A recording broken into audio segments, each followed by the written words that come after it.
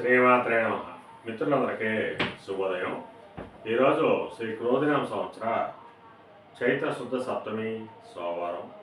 ఈరోజు సప్తమి మధ్యాహ్నం 3:49 వరకు ఉంది. తదుపరి అష్టమి. ఈరోజు పునర్వసు నక్షత్రం. ఈరోజు ఏప్రిల్ 15, 2024 తేదీ సోమవారం. ఈరోజు దుర్ముహూర్తం మధ్యాహ్నం 12:26 అయితే 1:15 వరకు ఉంది. మళ్ళా తిరిగి దుర్ముహూర్తం మధ్యాహ్నం 2:55 అయితే 3:44 వరకు కూడా దుర్ముహూర్తం ఇవ్వడం జరిగింది. వజ్రం సాయంత్రం 5:40 అయితే 7:20 వరకు కూడా వజ్రం ఇవ్వడం జరిగింది. ఈరోజు పంచాంగ రీత్యా ఈ రకమైనటువంటి పట్టణాలు గోచరిస్తున్నాయి. అలాగే ఈరోజు నక్షత్రం అయినటువంటి పునర్వసు నక్షత్రం ఎవరికి తారాబాగుతుందో మనం పరిశీలించినట్లయితే భరణి, రోహిణి, ఆరుద్ర, పుష్యమి, ఆశ్లేష, పొబ్బ, హస్త, స్వాతి, అనురాధ, జ్యేష్ఠ, పూర్వాషాఢ, శ్రవణం, శతతార, ఉత్తరాభద్ర, రేవతి. ఈ నక్షత్రంలో జన్మించినటువంటి మన మిత్రులందరికీ కూడా ఈరోజు నక్షత్రం అనేటువంటి పునర్వసు అనుకూలంగా ఉంటుంది. అందువల్ల ఇప్పుడు చెప్పుకున్నటువంటి నక్షత్ర జాతకులందరికీ ఈరోజు శుభకరంగా ఉండే అవకాశం ఉంది. అలాగే ఈరోజు రాశి ఫలాలను మనం పరిశీలించినట్లయితే మేషరాశిలో జరిగిన వాళ్ళకి ఈరోజు విశేషమైనటువంటి ధనలాభం కలిగేటువంటి అవకాశం ఉంది. పరాక్రమంతో అనేటువంటి ఆదాయం ఏర్పడేటువంటి అవకాశం ఉంది. వృషభ రాశిలో జరిగిన వాళ్ళకి ఈరోజు ధనాదాయం బాగుంటుంది. చేసేటువంటి వృత్తి వ్యాపారంలో లాభసాటిగా సాగేటువంటి అవకాశం ఉంటుంది. మిథున రాశిలో జరిగిన వాళ్ళకి కొద్దిపాటి కార్యజయం కలుగుతుంది. ఆరోగ్యం చేకూరుతుంది. కర్కాటక రాశిలో జరిగిన వాళ్ళకి అతి సామాన్యంగా ఉంటుంది. ధనవ్యయం కలుగుతుంది. అనారోగ్య సూచన కూడా కనిపిస్తుంది. సింహరాశిలో జరిగిన వాళ్ళకి ఈరోజు ధనాదాయం బాగుంటుంది.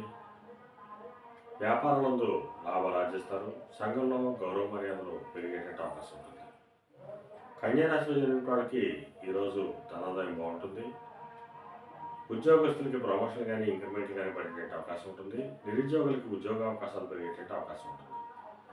తులారాశిలో జరిగిన వాళ్ళకి పితృరాజధానికి సంబంధించి శుభవార్తలు వింటారు. వారికి సంబంధించి తీసుకున్న నిర్ణయాలన్నీ కూడా సఫలమయ్యేటువంటి అవకాశం ఉంది. ఈరోజు వృశ్చిక రాశిలో జరిగిన వాళ్ళకి అతి సామాన్యంగా ఉంటుంది. ధనవ్యయం కలుగుతుంది. ఆరోగ్య భాగం కలిగేటువంటి అవకాశం కూడా ఈ రాశి వారికి కనిపిస్తుంది.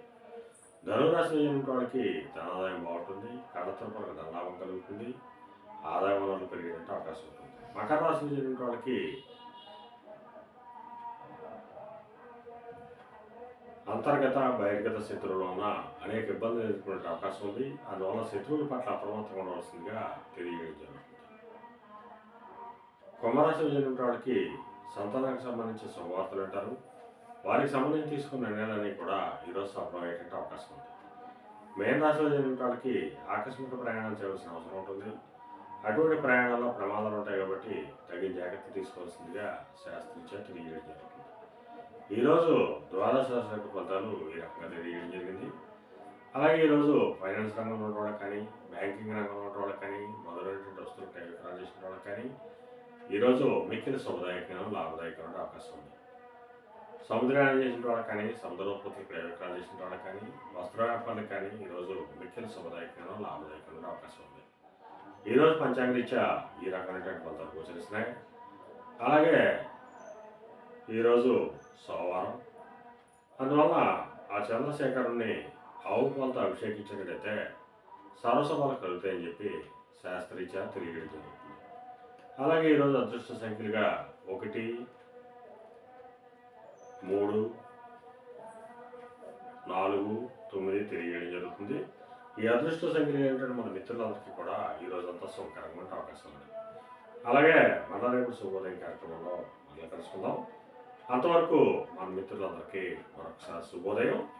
ఇట్లో మీ పెద్దబాబు సిద్ధాంతి గొల్లవారు.